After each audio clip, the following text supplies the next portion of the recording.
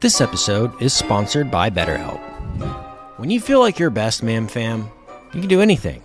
You can accomplish all those goals in your life, make sure your family's good, and even start, who knows, a mildly successful podcast. Sometimes life gets you bogged down.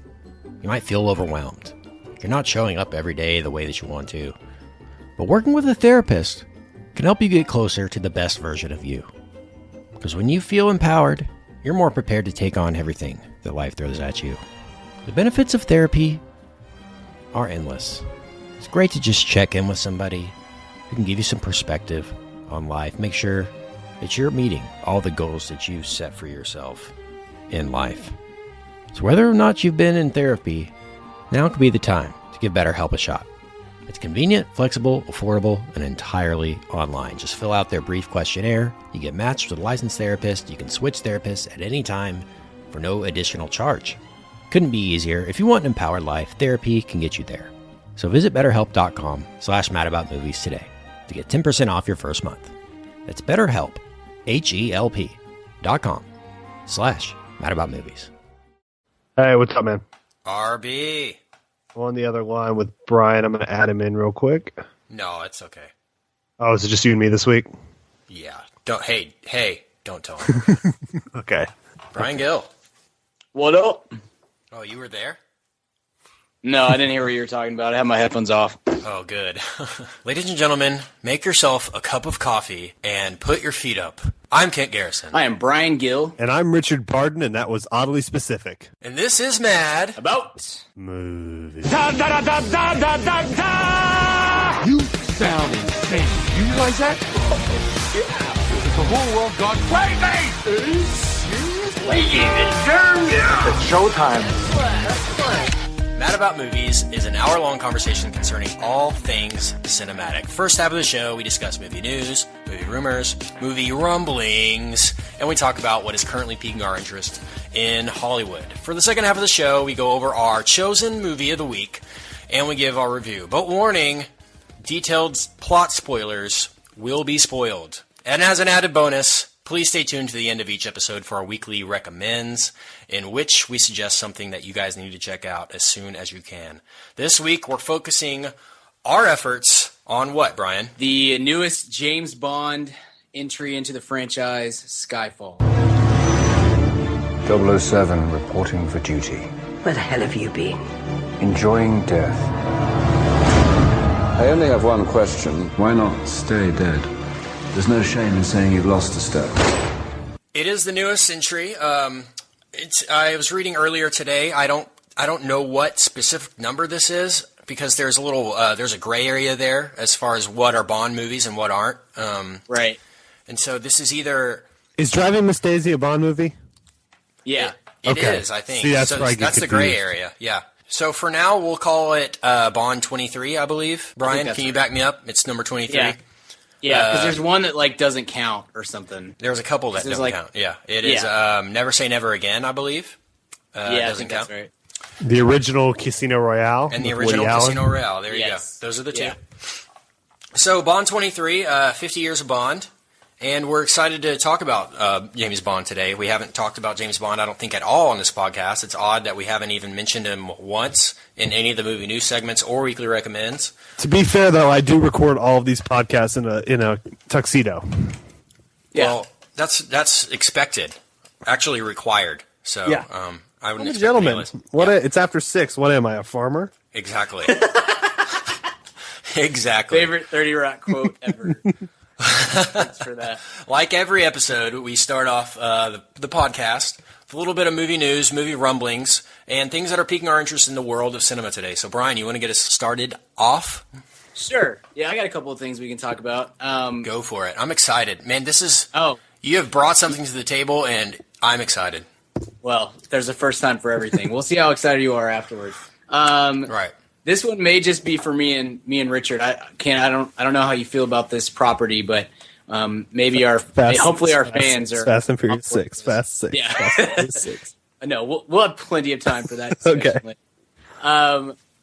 I know Richard and I are both obsessed with the little TV show known as Boy Meets World.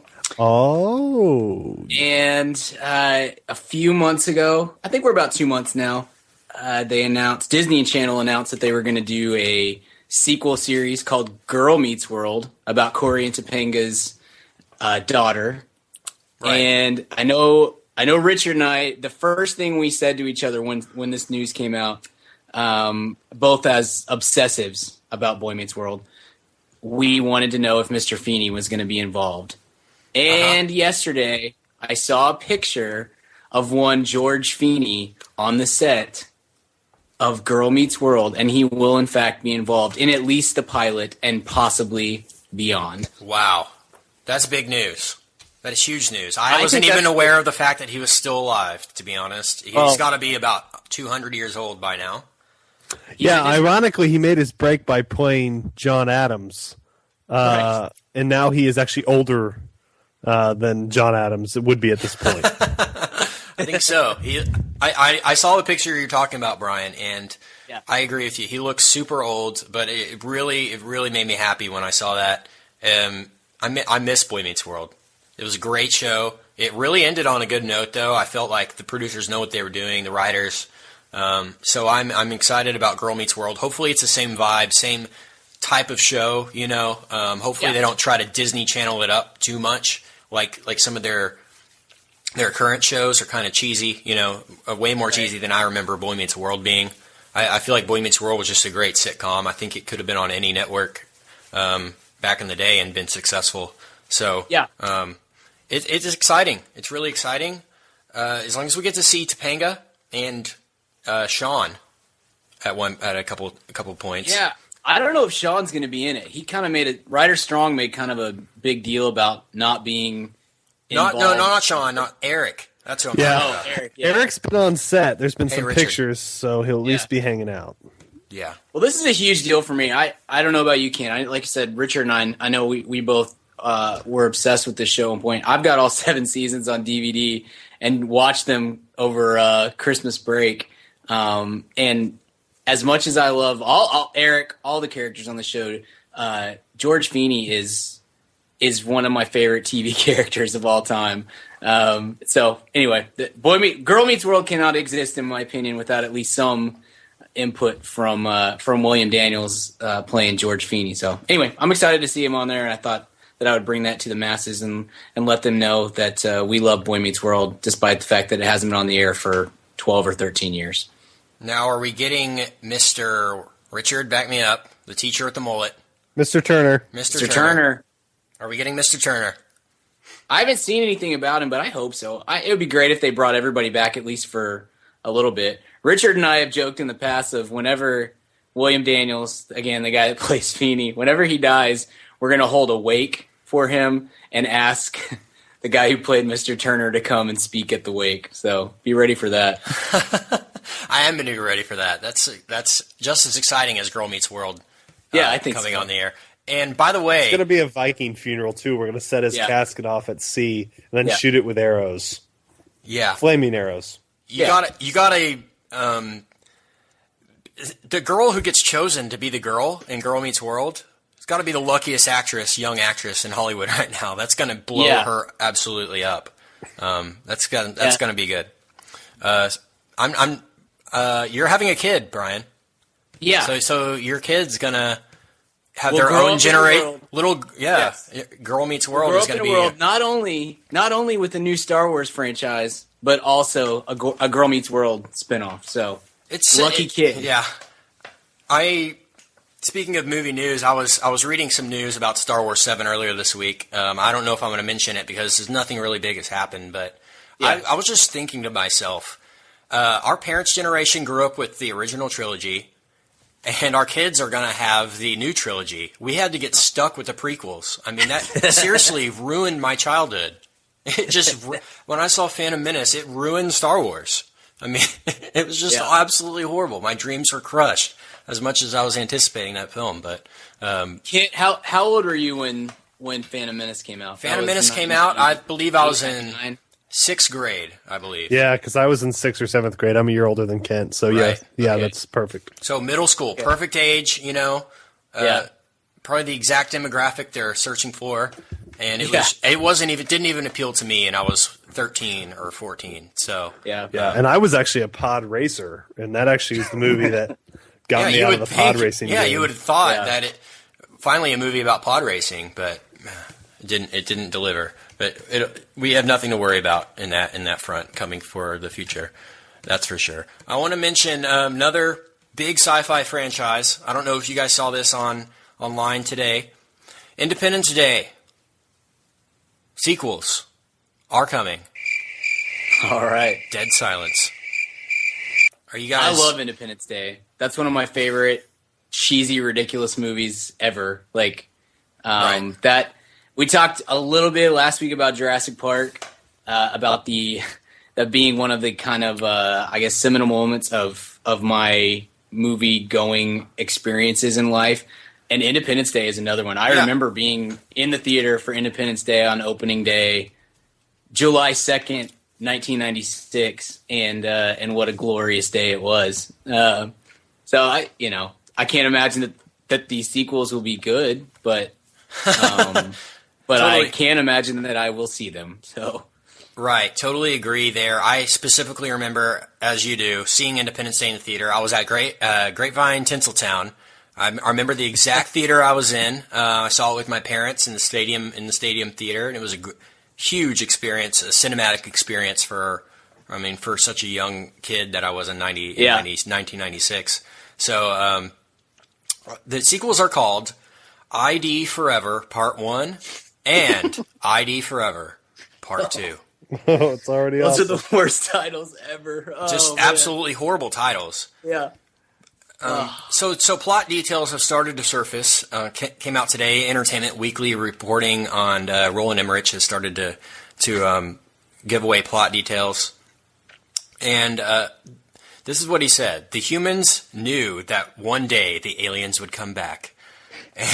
And they know that the only way you can really travel in space is through wormholes. So for the aliens, it could take 2 or 3 weeks. But for us, that's 20 or 25 years. It's a changed world. It's like parallel history. Humans have harnessed all this alien technology. We don't know how to duplicate it because it's organically grown technology. But we know how to take anti-gravity devices and put them on human airplanes. So there we go. Sounds like a Michael Bay film, does it not? Awful. Oh, man. That sounds so bad. So I don't imagine Will Smith being included into this at all. It's taking place 20 years after the original Independence Day. But Bill Pullman is coming back because, he has nothing going on in his career. I think that. Well, he's playing the president right now on NBC, so maybe they'll work that in. And that's the only reason he got that job is because of Independence Day. Question, if it's 20 years later, he's not going to be president anymore. No. Right? Maybe. Are there term limits in the IU canon? He probably changed the rules after he saved us from the alien invasion. I would assume. That's true. It's only fair. If you save us from alien invasion, you should probably get 5 or 6 terms, I think. So are they going to record it? Are they going to film in Canada so that Randy Quaid can be a part of it because of his tax evasion charges permit him from coming to the... Yeah, I don't even think he has a SAG card 48. anymore. Spoiler alert, Randy Quaid dies at the end of Independence Day. Well, there's flash. He can come back like a Yoda ghost. Yeah, we don't know that he died. Maybe they just absorbed him into a ship and made him their king, If at the end of Independence Day, the sequel...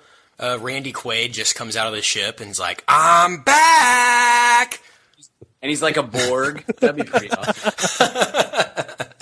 Quaid Borg. Did you get that? Did you get that reference? Because he says, "I'm back." He says that to the aliens because he was abducted once. He's a crazy man. Is that weird, like Cherokee kid with the long hair, going to be part of it?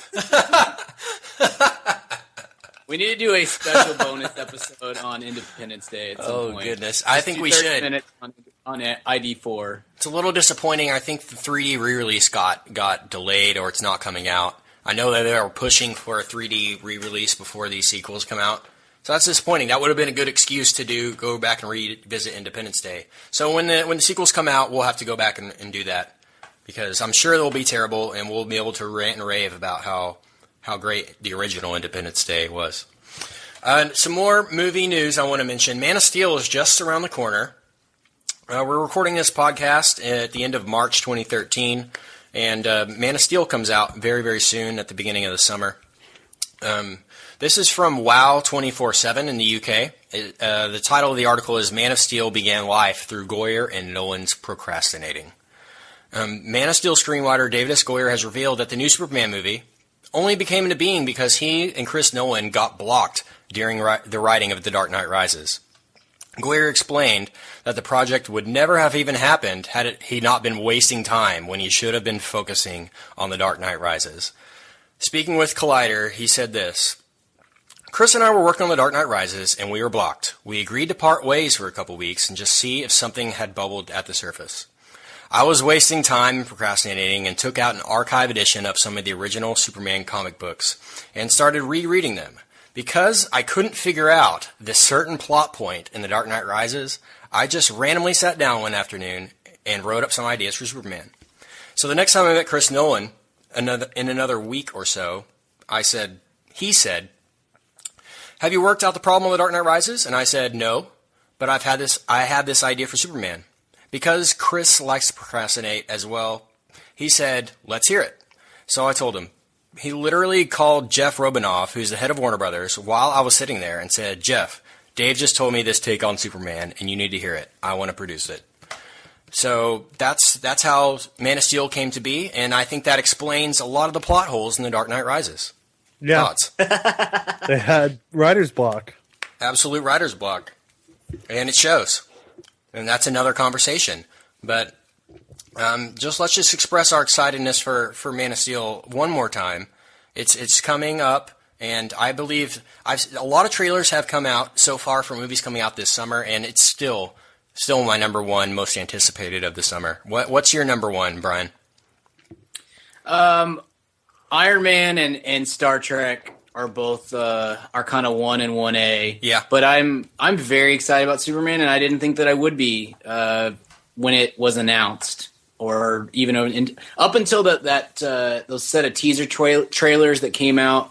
One we've talked about them before, but one that's backed by the voiceover by Costner, and one that has the voiceover of Crow. When those came out, that really got me excited, and everything that's happened since then has kept it going on that front. So it's up there for sure as far as intrigue goes. For me, 1 through 6 are Fast and the Furious 6, just honorary.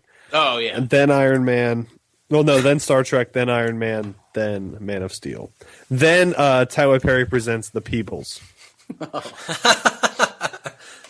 Are you Brian, already in did I line for text that you one about that currently? today?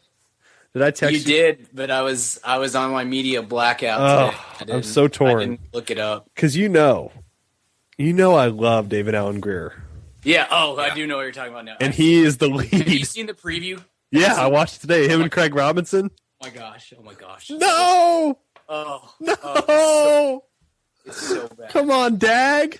You're so much better than this. You went to Yale. It's so rough. That's true. He had a show called Dag, too. It was great. Oh, Dag lasted for about one episode. Wasn't he like a Secret Service agent? Yeah. No one appreciates the Dag more than me. I think he's the most undervalued American actor. I just remember the commercial for Dag. Somebody shoots the president and he jumps in the wrong direction. That's all I remember. Dude, you need to YouTube. I'll send it to you. Dag on Loveline back in the day. He's the greatest Loveline guest of all time. He does this bit where he lists the name of different birth control medications, but as he's a old African American woman and they're his children, and he's like, "Dimethylthol, get in here, get in here." Now, Tristan, you are my favorite grandson. I don't know why. It's the funniest thing you'll ever hear in your life. Anyway. I'm literally giggling right now thinking about it. You can't go wrong with the little Dag in your life. You know? Dag's the man. Blank Man. Blank Man's a classic. It is a classic. I forgot about Blank Man. That's good stuff. We should do a Blank Man episode. We should all rewatch it. Oh, we should. I'm sure that would get a lot of hits, too. What if there's any podcast about Blank Man? There's a couple out there already. Speaking of movies that you love, Richard, what's the last movie you saw? I'm not telling you. If you didn't listen to our last episode, Brian and I broke down Oz the Great and Powerful. Richard wasn't able to make it due to a prior commitment, but he did see the movie, and he compared the movie to, I believe, dog excrement or canine excrement. Let your mind run on that one with what he actually said.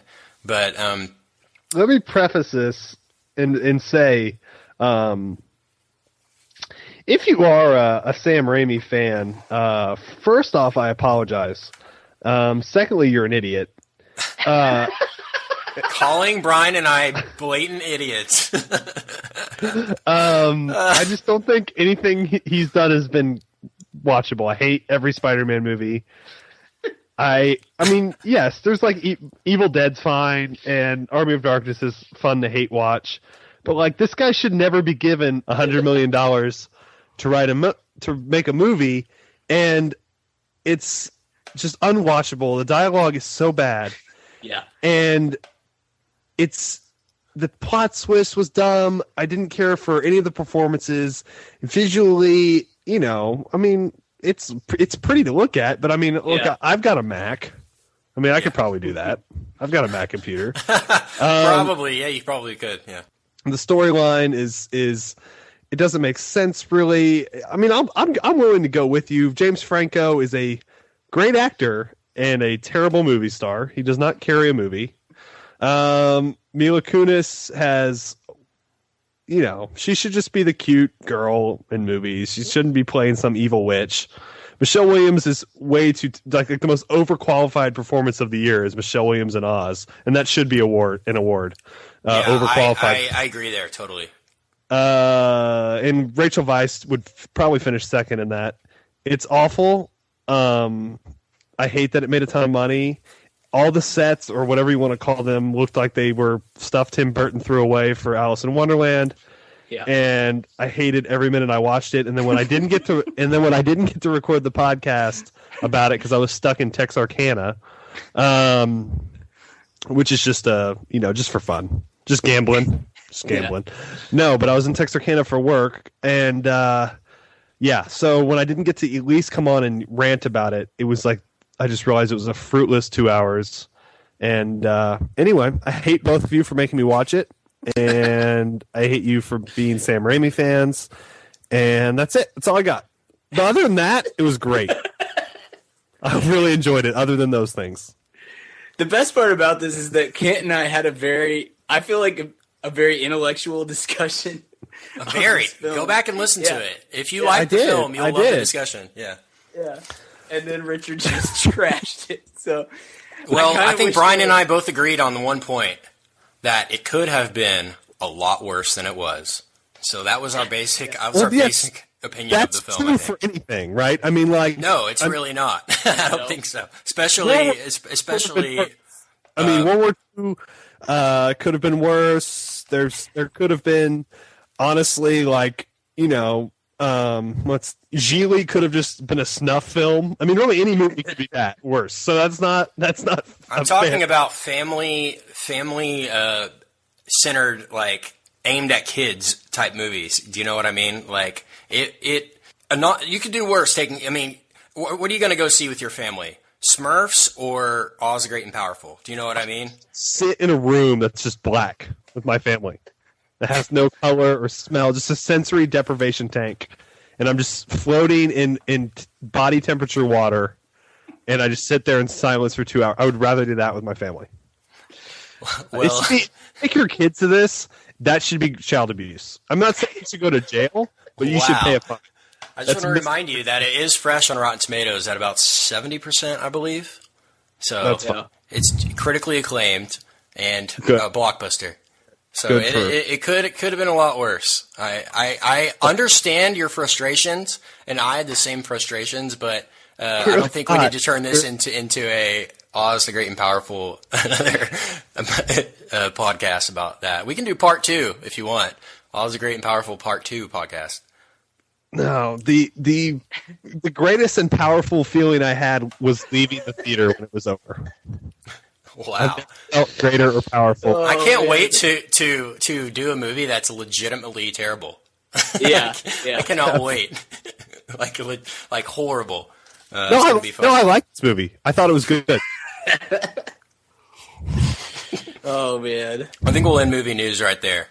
Anything else you guys want to probably a good mention? way to stop. No, that's I'm fresh out of vitriol. Welcome to the new MI6. I'm your quartermaster. You must be joking. Author PPKS 9mm short. It's been coded to your palm print so only you can fire it. Less of a random killing machine, more of a personal statement. Q. 007. Okay, Brian Gill. Yes. Thoughts on Skyfall? When I walked out, a little background. I'm not the biggest fan of the James Bond franchise as compared to other blockbuster franchises. It's one that I think my dad really likes the franchise. I grew up with Pierce Brosnan as James Bond, which is horrible, and no one should be subjected to that.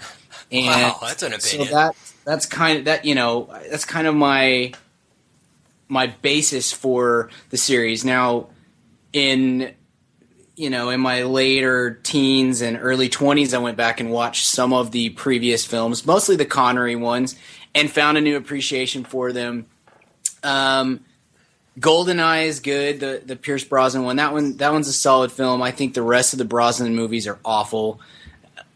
So all that to say, Daniel Craig when he came on board.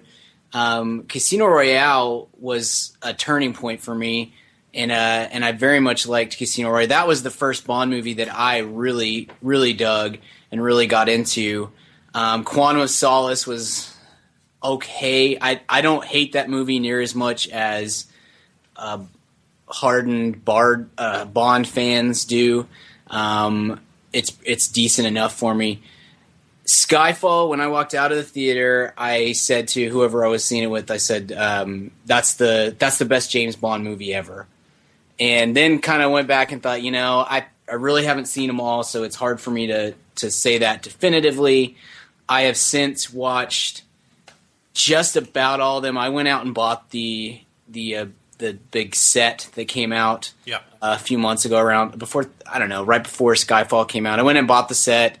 And I haven't completely finished going through them yet, but I've probably watched 20 or 21 of the 23 movies now, and I stand by that. I think it is the best.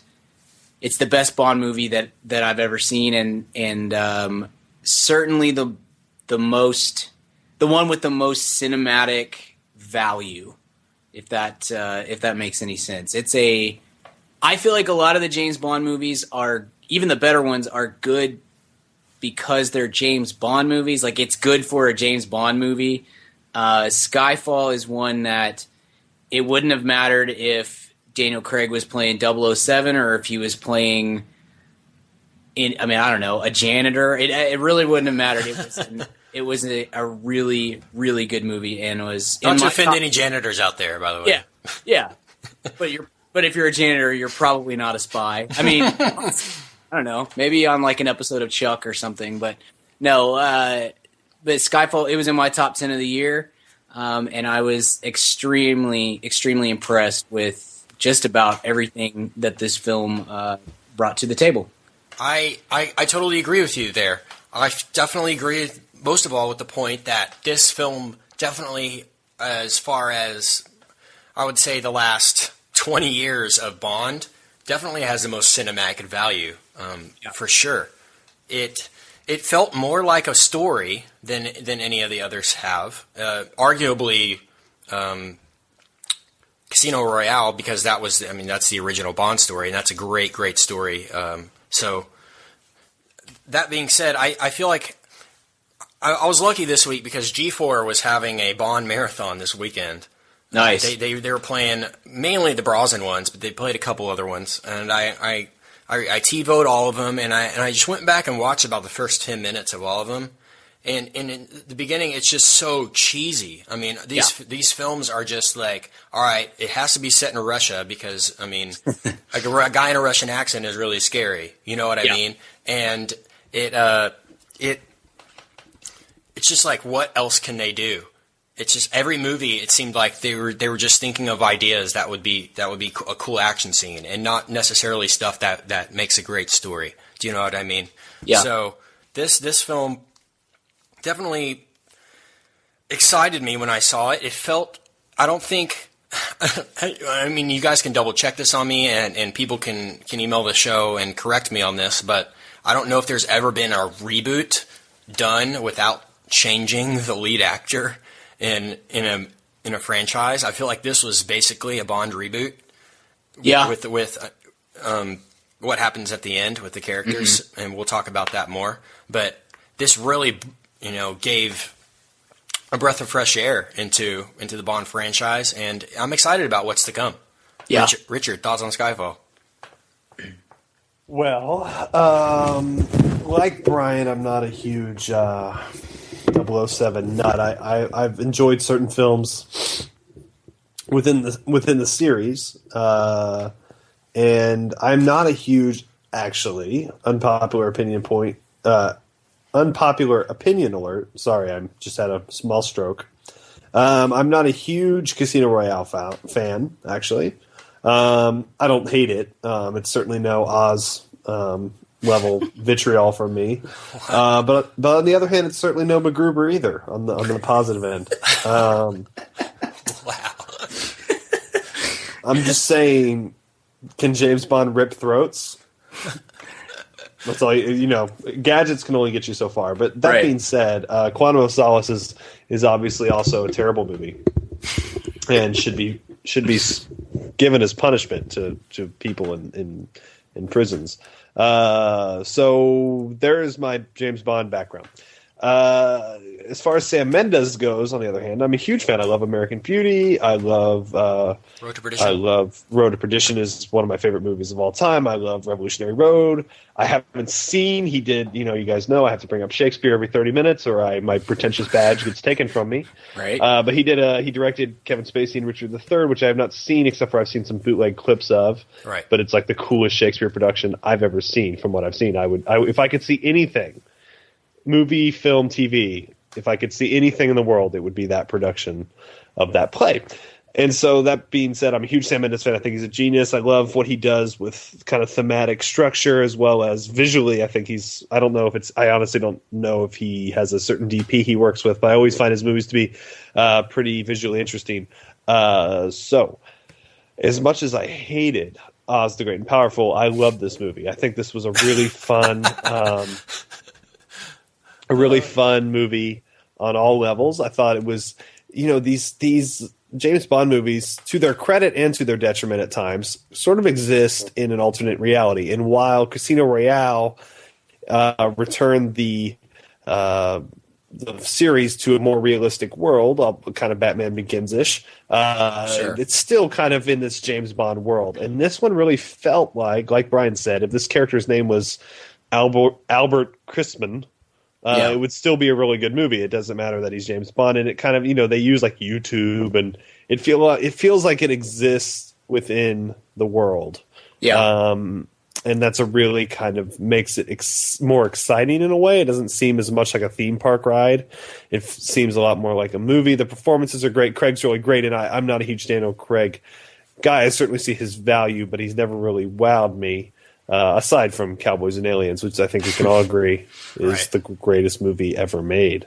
No, but he's really so great. So much sarcasm in this podcast tonight, guys. I love it.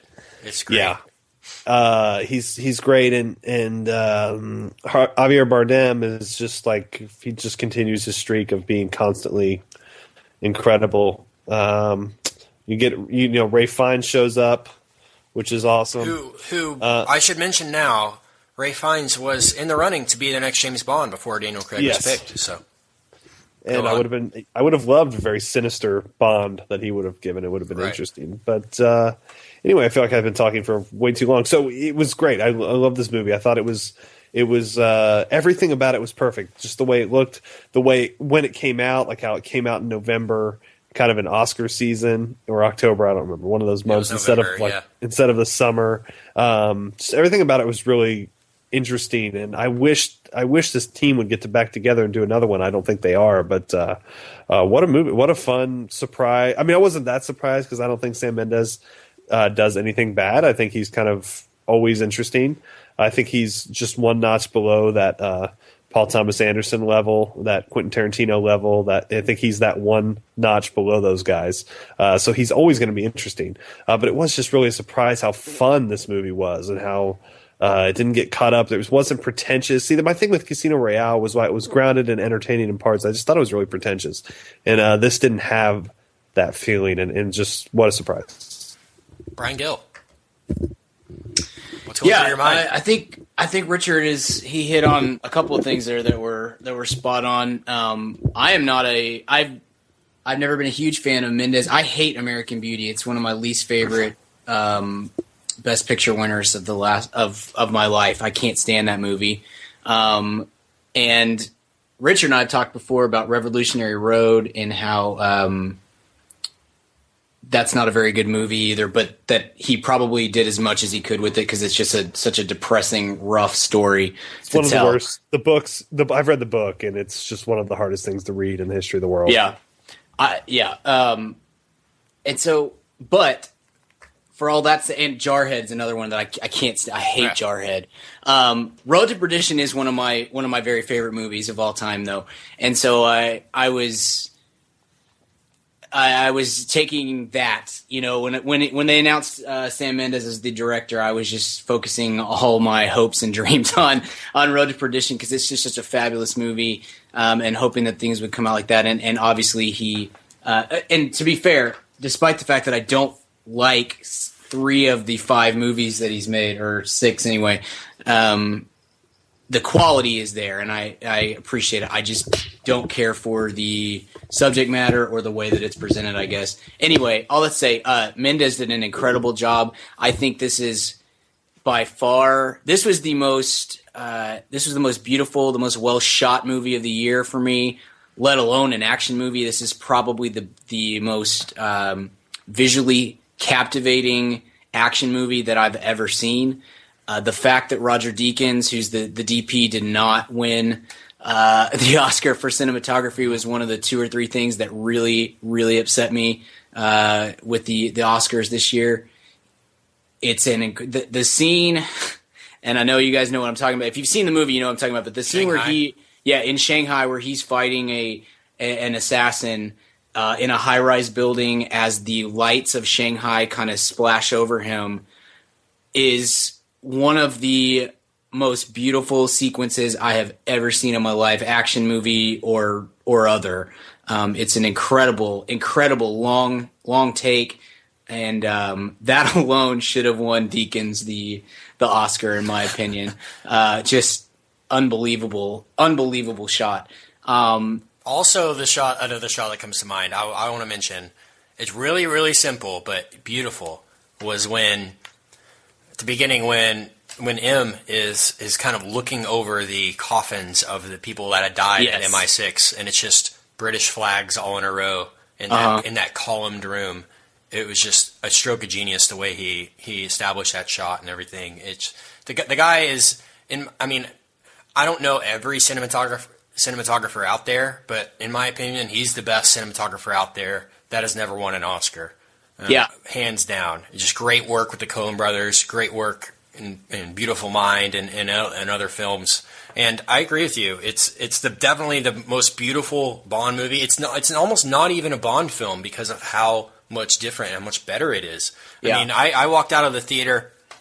I enjoyed Skyfall a lot, but I walked out of the theater and I was like, I can't say for sure that I liked it more than Casino Royale until I went home and watched Casino Royale. And let me just tell you, it is almost unwatchable now. After seeing Skyfall, do you know what I mean? It's just garbage. The first time I saw Casino Royale, it was my favorite. But after seeing Skyfall and then immediately going home and watching Casino Royale, I didn't even get through, I don't think, the first hour because it didn't even compare. So it's definitely a much different sort of Bond movie. I still very much like Casino. I love Casino Royale, but I'm talking visually. Yeah, visually. Oh yeah, visually, sure. It's not even a question. What did you guys think about the new quartermaster Q? And maybe we'll talk about the new Eve. We'll just say her name's Eve. Moneypenny. Yeah, I think that was a good setup. And obviously we didn't get a whole lot of them in this movie, and I imagine we'll get more in the next one and the one after that and the one after that. But it was very slick and stylish the way that they introduced them.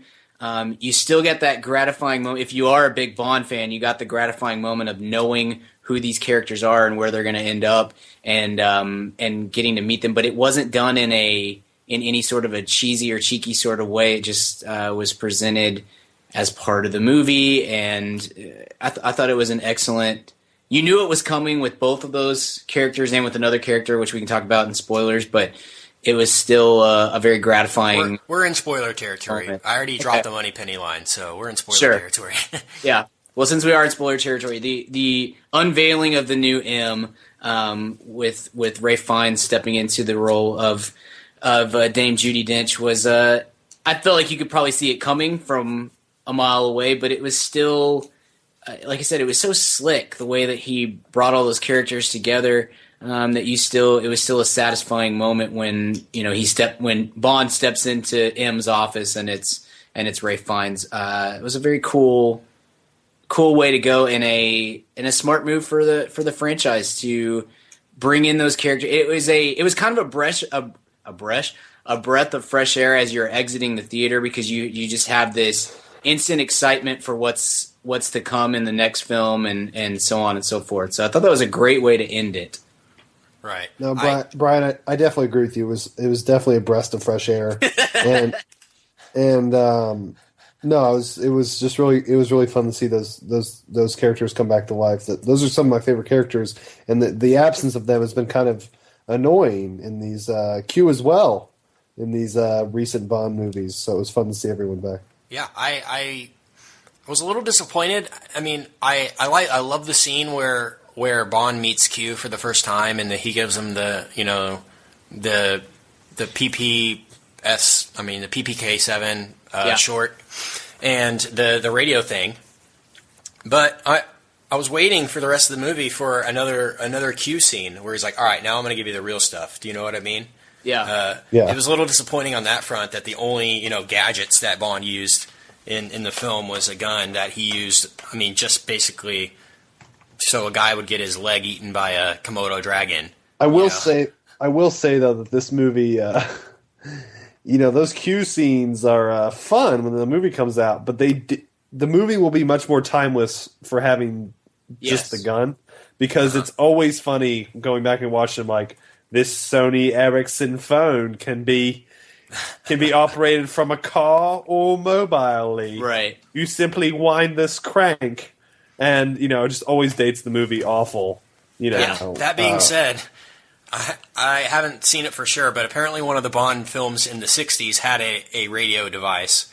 But their radio device was actually smaller than the one that Daniel Craig used in Skyfall. So apparently radio device technology has decreased in the past 40 years, and they can't cram a chip into it. Is that like what is that, like a Blaupunkt or? I have no idea. Nice. No, but to take out something that Richard said earlier, one of the best things I think about this movie, and it plays on what you just said too, is it operates in a world that could exist. Whereas I feel like, having gone back and watched most of the previous Bond films over the last couple of months, you feel like they're just going down a checklist of, okay, here's what we've got to have in this movie to make it a Bond movie, and it's, at some point he's got to drink a martini, and we have to have at least 7 to 10 really cheesy lines, and we've got to have a lot of sexual innuendo, and so on and so forth. And the kind of what you said, Kent, the villain has to be Russian or some variation of that. Right. And I very much felt like this was, again, kind of a standalone film, in that it could, most of what happened in the movie, it could have. It took kind of the grit that I think Casino Royale brought to the franchise and brought it into a realistic world that you kind of want to be in and kind of don't want to be at the same time. I always felt like some of the older Bond movies kind of romanticize. Well, obviously they romanticize the whole bit, and that I guess it serves its purpose, but I like this world a little bit better, where you kind of you get the feeling that that Daniel Craig's James Bond doesn't like what he's doing. This is what he's good at, and this is what he does for the country and maybe for the world, but he doesn't relish it. Whereas, especially the Pierce Brosnan movies, it was just so over the top with how he loved. It was a very romantic version of that character. And I enjoy the more realistic version, and I really liked it. I can't think of, and I didn't watch it today like I had hoped, but I can't think of any super cheesy lines that came out of this movie, and that kind of drives me crazy in the other Bond movies. I know that's part of it, the tradition, but one of the worst lines in the history of cinema is in the Pierce Brosnan. Oh, what's it called? The World Is Not Enough. When at the very end, when he's rolling around with Denise Richards, and her name is Christmas. I mean, just the worst. Well, first name off, ever. And okay, her name is Dr. Christmas because she's a nuclear physicist. Right.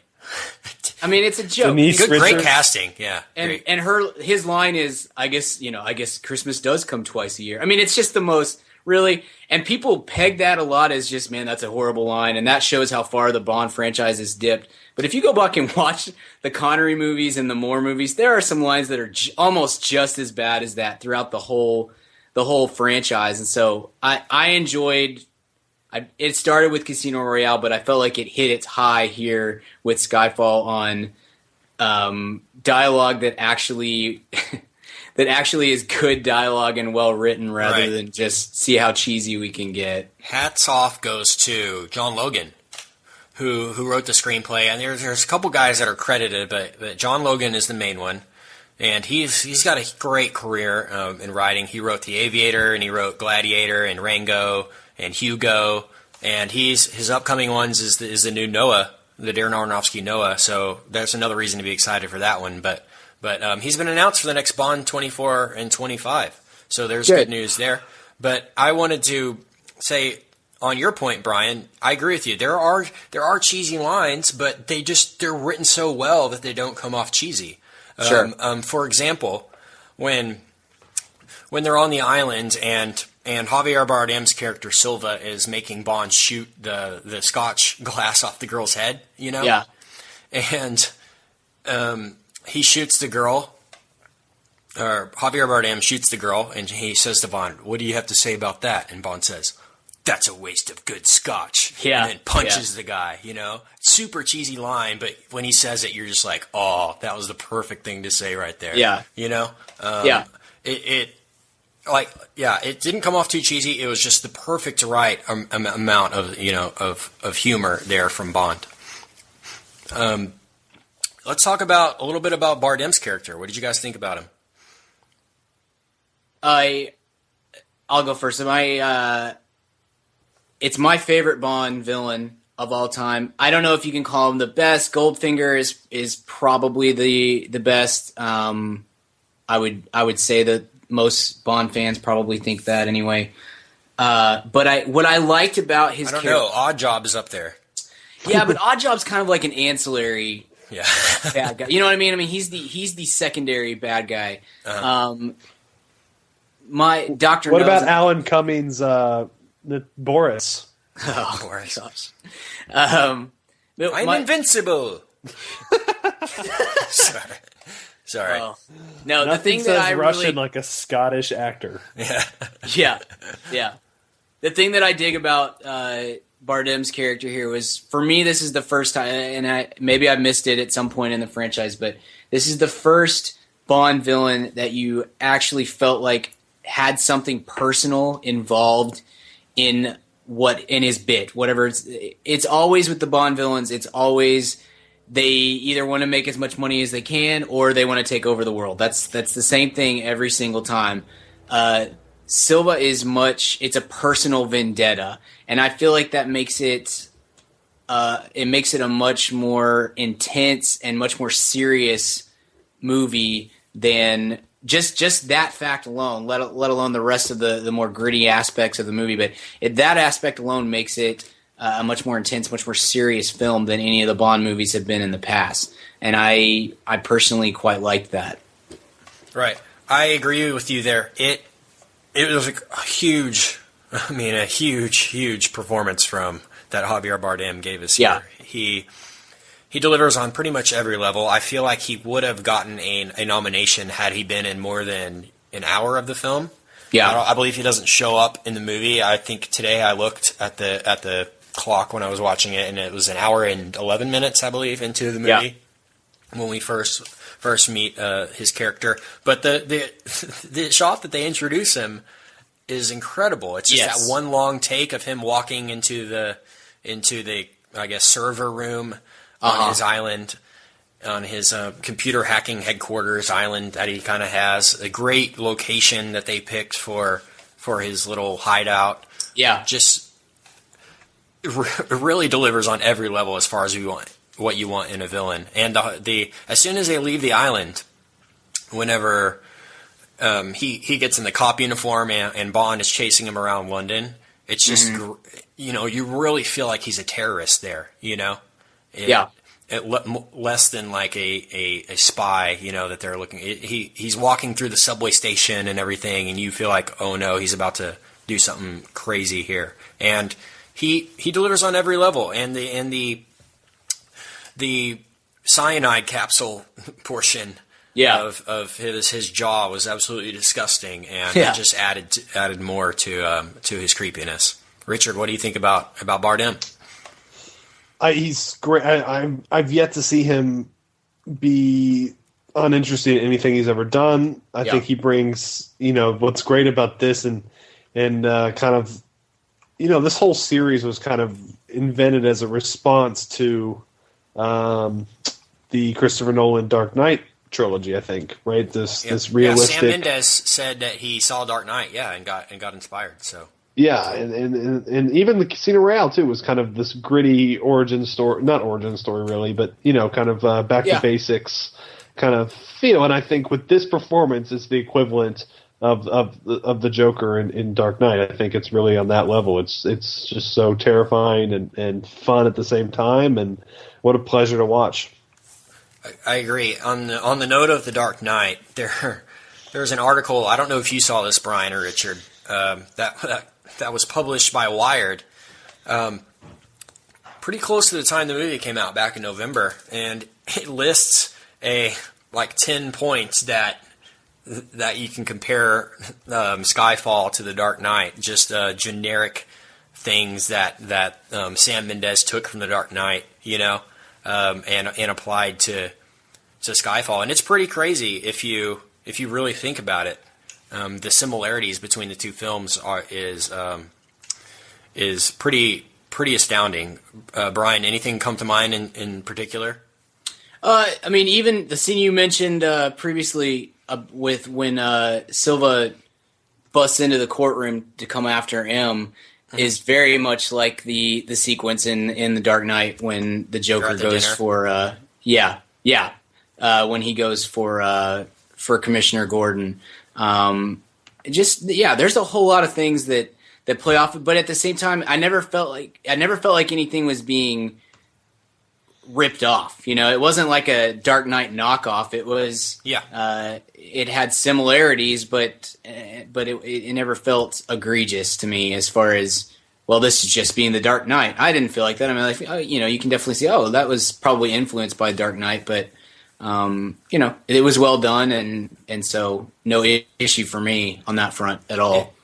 Exactly, it's done so well. I mean, it rips off The Dark Knight so well that you don't even notice. Do you know what I mean?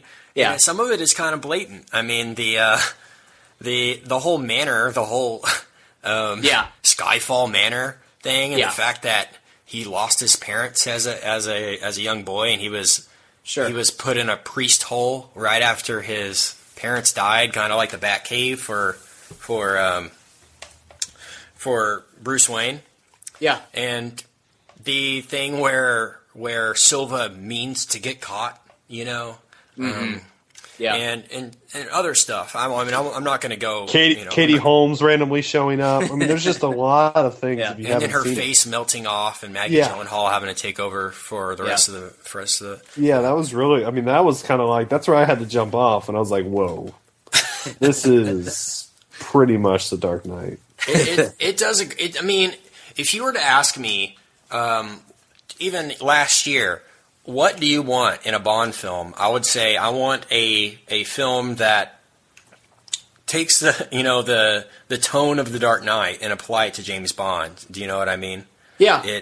And I feel like he's really accomplished that goal here. Reviving the franchise, setting up new characters, getting people excited for the future, but just making a great film, and a film that, like The Dark Knight, was heavily overlooked by the Academy, I feel like, this year, other than getting nominations and Adele, I think, winning the Oscar for Skyfall, the song. Right. It made me super. I mean, Bond 24 is announced for 2016, and I don't know if I can wait that long, honestly. I really don't know. And hopefully Daniel Craig is back. I wouldn't be surprised if they. I think he is. Him. I think he's coming back. I think he is coming back, and Fiennes as well. But I saw a rumor, I think right after Skyfall came out, that they were eyeing possibly Idris Elba for the next James Bond. Oh, I'd be down for that. I would be super down for that. I'm a huge fan of all his work. And he's a British actor, and I would actually love to see him. Not necessarily. I mean, he doesn't have to play James Bond, but if he can be involved at all in this new Bond franchise, that would be great. Any more thoughts on Skyfall, gentlemen? That's all I have. I think we have to at least mention the sequence towards the end when Skyfall basically turns into Home Alone. The third act. Let's talk about the third act. I want to mention one more thing. I want to mention one more thing before the third act. Yeah. To me, the climax of the film was when M is in court and she's trying to give a reason for them to continue for British Parliament to continue to support MI6. Yeah. And she gives a little speech that is chilling. I mean, she describes basically the exact state our world is in right now, and I wrote it down. She says, "I'm frightened because our enemies are no longer known to us. They are no longer exist on a map. They're not nations. They are individuals. Our world is not more transparent now. It's more opaque. It's in the shadows. That's where we must do battle. Before rendering us irrelevant, ask yourselves, how safe do you feel?" And that was just a great. And that's all going on when they're cutting back and forth between Silva and Bond running through the streets. And then right when she says, "How safe do you feel?" Silva busts into the courtroom. And just the way that scene came together, to me, was the climax of the film. And if then the third act happens. Yeah. And it goes, like you said, into Home Alone mode. So talk to us about Home Alone. I just love that. I thought it was a little over the top, but it was done so well, and again with such slick style that you didn't get you didn't get into okay, this is kind of ridiculous. It was just, gosh, this is so, it was fun, but at the same time you got a real taste of how somewhat vicious the stuff that they laid out in the house for Silva and his bad guys is. Like when Albert Finney is putting the shotgun shells underneath the floorboard, you're like, oh man, that's pretty rough. Like this could be pretty nasty. I thought it was a really inventive thing to do. It had the spirit of the Bond franchise, but with a little more DIY. I don't know how to. Yeah, sure, yeah. Less gadgets and more shrapnel coming down from the ceiling fan. Really cool. I thought it was a very inventive way to bring that to a conclusion and to defend the home front. I really enjoyed it a lot. I thought it was a cool moment and cool act for 20 or 30 minutes watching that take place. and Mendes did a great job of bringing that to life in the right manner. I felt like. Richard? I love that third act too. But I also love Home Alone. So I mean, totally. This is right in my wheelhouse. I mean, I was a little upset that Daniel Stern wasn't a henchman of Javier Bardem, but I mean, I'm willing to overlook that. A little upset that Joe Pesci didn't get his head on fire. Yeah, or a paint can in the face. Yeah, absolutely. Silva, I've reached the top. But no, it's. That would have been great. That's Joe Pesci in a PG movie. Yeah, not being able to say what he truly feels. Faja. Would have been great if Javier had busted out one of those when one of those things happened. I'm gonna kill this kid. The way that it's shot, once Silva catches Bond's house on fire, the way that it is shot, it's just unbelievable. I mean, this movie, we can't say, honestly, good stuff about how great this movie looks. I mean, it's just like...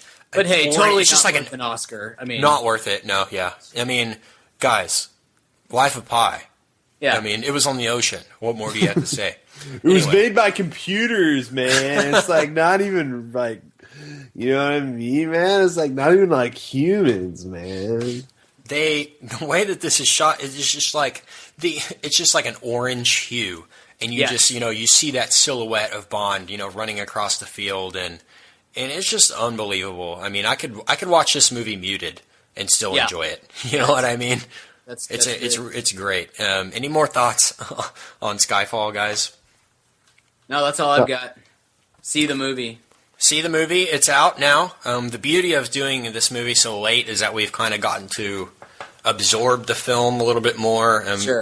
We're not really speaking from a first impression here. I mean, we've compared it to other Bond films, and we've gone back and I think we can safely say that this is definitely the most entertaining Bond film yet, and it's going to be hard to top. It really is, in my opinion.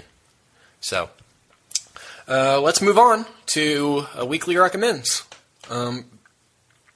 Richard, let's start off with you. Weekly recommend. I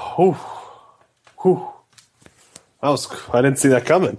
Okay, we can go with Brian. Okay. No, I can go. It's okay. I'm going to go with My Best Friend's Wedding. It's a wonderful little film. Oh, that made me laugh. Julia Roberts is not in that, right? No, she's not in it. She's not in that at all, says David Aldridge. Yeah. Is that really your weekly recommend? No, not at all. Sure, it's great. I mean, it's been 12 years since I've seen it, but I remember a scene in which they, what's the singing song they sing? Yeah. Just that has one memorable scene, and that's it. Yeah. Forever and ever, and stay with my heart and out. Yeah, I just sang on a podcast, but we can't sing any more than that. Good harmony there, Richard. Thanks. Yeah. Thanks, man. You're welcome. It's a gift. It's a gift. No, did I do? I didn't do. No, you've already done Sound City. I watched Sound City. Talk about Sound City, yeah. But you already did, so I feel like I'm cheating. But you can recommend it. Okay. Sound City, I wrote a little thing on it on my website, too. If you go to richardbarden.com, shameless plug, was such a great documentary. I love music documentaries, so I'm partial. But to see that studio come to life and how it's kind of two different movies, Kent, you didn't really warn me for that. I knew it would be the history of the studio. I didn't want to give it away. Yeah. It's got a lot to offer. It really does. I knew it would be the history of the studio. I didn't see the whole kind of second act of just kind of watching these guys jam, which was really great. Just in the width and breadth of the amount of albums that were recorded at the studio is so great. And then the kind of DIY can-do attitude of the studio, I always kind of pictured. I knew the movie was about Sound City. I expected something a lot grander than what the movie gives you. It's just like this really simple kind of warehouse that all these albums I've grew up loving and still love to this day were recorded. I know you've seen it, Kent. Brian, have you watched it yet? No, it's been on I got it off video on demand when it first came on video on demand, and have just not had time to sit down and focus on it. And then I was looking at my queue yesterday and realized that it's expired. So I'm gonna have to go back and see if it's still available somewhere to get a hold of it and watch it. I'm dying to see it. I haven't had 2 hours to give it the time that it deserves, and so I've been slacking off on that. What? Oh, I'm sorry, I didn't hear the S. Yeah, slack. Yeah. No, it's just a great. Grohl is a really interesting kind of vessel. I mean, I don't know how much of the movie he actually quote unquote directed. But I mean, he's a great vessel for the story. He's a great interview. He's long been rock and roll's probably best interview. He's just a really jovial person with a lot of both contemporary and historical opinions and things like that. So he's great. There's a lot of, you're not going to see a whole lot of movies that include Fleetwood Mac and Nine Inch Nails or Trent Reznor. So that's kind of interesting. Not together, but the fact that this movie can kind of include all those. It's just I loved it. I thought it was one of the more enjoyable 2 hours I've had watching anything in a long time. So that's my weekly recommend. Brian, weekly recommend. Sure. I started the show off on a TV note, so I'll finish my part with TV as well. And my weekly recommend is the Teenage Witch. Yeah, totally, but not the second season. That season's garbage. No, I have no idea. No, my pick for the week is going to be Mad Men. I know Richard loves Mad Men. Kent, are you a Mad Men watcher? I have seen, I think, the first 2 episodes, maybe. Okay. It's one that I enjoyed and I plan on watching, but I'm so far behind at this point that. I'm going to have to wait till it's over to catch up. But I really enjoyed it, and I love the premise, love the acting. So Mad Men is I would say it's the best drama on television right now. It's an incredibly well acted show, and the reason I picked it is the 6th season will kick off. Not this coming Sunday, but the Sunday after that, April the 6th. Yeah. And the 5th season just came on Netflix yesterday. Nice. So you can if you really try, you can watch the whole thing over or watch the whole thing for the first time before the 6th season kicks off. The 5th season last year was the first season that I watched live. I had to catch up before that one started, and I think it's the best. It's the best season of the 5. It's an incredible show. It's so deep. It's so layered. I encourage anybody to give it a chance. It's not for everybody. You kind of have to go in with an understanding that pretty much everybody in this movie, this show, is kind of a miserable person, and accept that going in, and it will help your understanding of the show. If you can get through. I think it's the 6th or 7th episode of the first season. It's called The Projector. If you can watch that episode and still not be into the show, then I would say you can probably just give up on it. It's not going to happen. But The Projector is one of the finest examples of what you can do with television that I've ever seen. It's an incredible episode.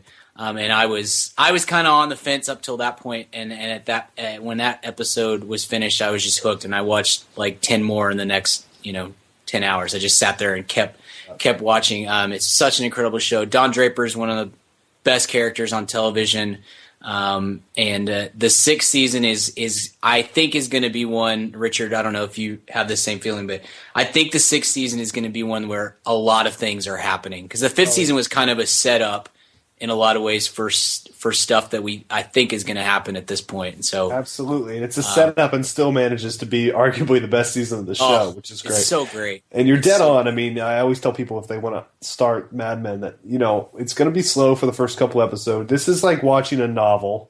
Yeah, there's a lot of slow foreshadowing. It's not going to go at the pace that a normal show is going to go at, but I promise you will lock in.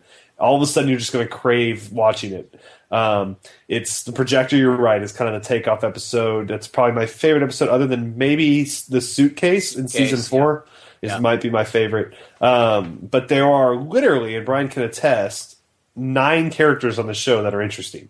Yeah. Like, Draper's great, and I mean, John Hamm's incredible, and he deserves every bit of credit he can get for the show. But there are, Cosgrove and Roger Sterling and Pete Campbell and Trudy Campbell and Joan Harris. And I mean, list goes up. Even Birdie has his moments of intrigue. Right. It's just like this show it's like the LeBron of television dramas to me. It's LeBron James, who's a basketball player, I should clarify. Because not only is it the best show on TV, but it's not even close. Yeah. Like, there's so many times I watch a show and I go, this is the best, this is as good. Because I got really into the Americans, and I go, this is every bit as good as Mad Men. This is Kevin Durant. This is every bit as good. And then I went back and watched some Mad Men. I was like, oh no, it's not. It's not even close. Not even close. So now let me ask you, have you seen Breaking Bad? Yeah, I have. Have you seen where would you rank it? I know it's not on TV, but House of Cards. That's another one I would compare. That I would think when I'm watching House of Cards, this is as good as Mad Men. And then the minute I start watching Mad Men again, I realize that it's not even close. It's not even close. You should. I mean, Breaking Bad's great, and is if you're going to compare anything to Mad Men, that's probably what you go with. But in my opinion, just Breaking Bad is centralized around 2 or 3 great characters, and Mad Men literally has 9 or 10. And it's on such a bigger scale. It's so much harder to pull off than Breaking Bad, I would think, and it's just a masterpiece of a show. I as excited I am for season 6. I'm also, I know that season 7 is said to be the last, so I also kind of hate that season 6 is starting because it means we're getting closer to the end, and I just never want it to end. Well, and I'll play off that. It is. I think it is also far and away the best show on television, and it is far and away the most layered show on TV. I mean, it's there's so much going on there, and you really, it's almost like reading a great work of literature that's just filled with symbolism, because you just don't know exactly what's happening, but you're enthralled. And it just, gosh, they are so good at wrapping you in to what's happening, and breaking your heart with the way they build these characters up, and then there's an episode, not to spoil anything, but there's an episode in season 5 where Joan is asked to do something for the company, and it is the most heartbreaking hour of television that you will ever watch. I mean, it's just, it just crushes you, and then you're like, I've got to see more of this. So check out Mad Men, give it a shot. I'm with you. Breaking Bad is my Mad Men, as far as there's just so many. I'm so far behind that it's going to take me so long to catch up. But I will end up doing it. The first season of Breaking Bad is unbelievable. I mean, I've never seen, a show that's that dramatic, violent, clever. I mean, everything put together. And I've seen Mad Men, the first maybe 2 episodes, like I said, but I really haven't given it a chance. I mean, as soon as I started watching Breaking Bad, I had to watch everything right in a row. I mean, in one sitting. I was addicted. But you're gonna be that way. I'll go back and watch that Projector episode this evening and give it another shot, because it's one that I'm gonna get into. I just need to, Yeah. And Breaking Bad, I'll give it credit where you're really pretty much in at the pilot.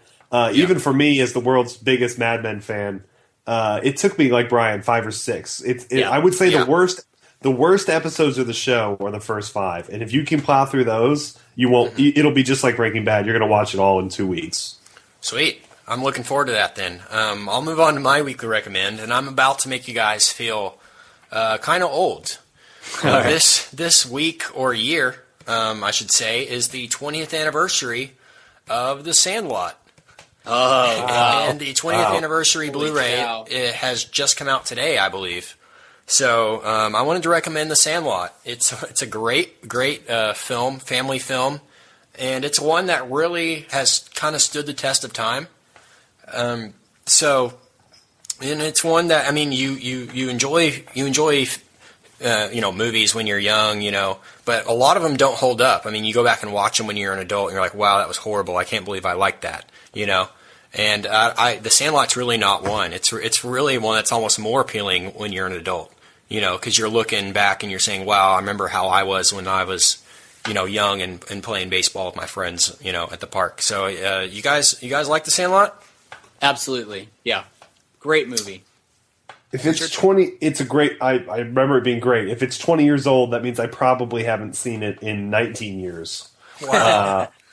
I'm serious. You need to go back and rewatch it. I should. It's one that definitely holds up. It's just one of those things where you're really kind of, you're controlled by what movies your parents buy you. And for some reason, my mom, I never owned The Sandlot, I don't think. So I would only see it at like friends' houses, but always loved it. But don't worry, I did own The Big Green, and so that's important. I think that one will hold up equally as well. So will Little Giants. So. But yeah, no, Sandlot's great. It's a baseball movies. Baseball, I'm a sports guy. Baseball's probably my third or fourth favorite sport, so it's not well up there. But I think baseball lends itself to film better than any other sport, and it's not even close. That's true. Richard and I are well known to be huge fans of Rookie of the Year. Mm-hmm. The Daniel Stern written and directed baseball movie. Of that, love that was Big probably League. That was probably the joy of my childhood. Was Rookie of the Year. Brian, what was your favorite movie when you were little? I mean, that's a kids movie, not like Jurassic Park or something like that. Rookie of the Year was a favorite of mine. I loved that movie. The Disney version of Robin Hood was a classic in my house. I watched that over and over and over again, and it's still it's my favorite Disney movie to this day. Sandlot was a big player as well, so that's a great pick, and that does make me feel very old. I probably haven't seen it in 4 or 5 years, something like that, and I can attest it still holds up. I mean, it's it's a little cheesy, it's a little ridiculous, but it was back then too. So great pick. Thanks, Brian. Let me ask you this: Taxi Driver is probably another one from my youth. Yeah, that's a great kids movie. Yeah. Natural Born Killers. Yeah. Very aspirational. Sure. I had a bootleg VHS. My stepdad maybe that was just a back-to-back of Natural Born Killers and Fern Gully. I wore that thing out. Let me tell you. Yeah. Oh wow! That's a great mental image there. Richard Barton. Let me ask you this question: where can I find more of your work online? You can find me on Twitter, tweeting random things at Richard Barton, and you can find my criticism work at richardbarton.com. Brian Gill. Yeah, you can find me at bgill12 on Twitter and thesoapboxoffice.com for movie-related shenanigans. You can find me on Twitter at Kent Garrison. You can email the show at madaboutmoviespodcast@gmail.com. You can leave us a review on iTunes. 5-star review will probably get read on the show. So thank you guys who have done that so far. I've seen a few of you have, and that means a lot. So thank you for listening and supporting. And thanks for your ears. So guys, anything else for tonight? Nope. We'll see you next week. Excited about next week. We're starting to get into the movie season, summer movie season. So stay tuned next week, and until next time, we will see you at the cinema. Goodbye. See you later. See ya. This is the end. Hold your breath and count.